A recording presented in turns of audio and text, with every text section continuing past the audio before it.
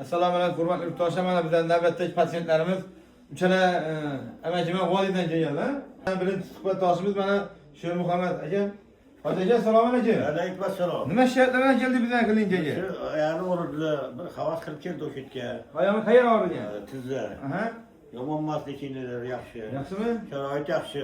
Qancha yosh bo'lib qoldingizmi? Ancha yaxshi, Xudoga shukr. Klinikaning nima jihatlari yoqdi sizga? Ya bu sharoiti yaxshi, ovqatlari ham hammasi joyida. Kiyimlar ham joyida. Qizlar ham hammasi yaxshi. Yaxshimi? O'ta mamnunman.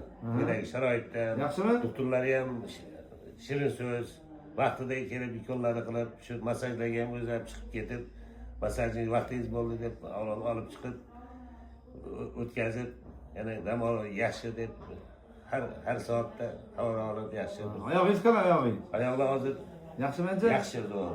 O'zgarish bor. O'ta mamnunman. Bunaqa sharoitdan. Yaxshimi? Doktorlari ham shirin so'z, vaqtida kelib ukollarni qilib, shu massajlarga ham o'zi ham chiqib ketib, massajning vaqtingiz bo'ldi deb olib chiqib o'tkazib, yana Nima shikayatlar bilan keldingiz kelganda? Nima o'zgarishlar bo'ldi? Shu oyoq og'rig'i bilan kelgandim. Oyoq og'rig'i bilan, ha? Qo'l tizza. Xudoga shukr kelganda rosa o'rdakka o'xshab yurardik.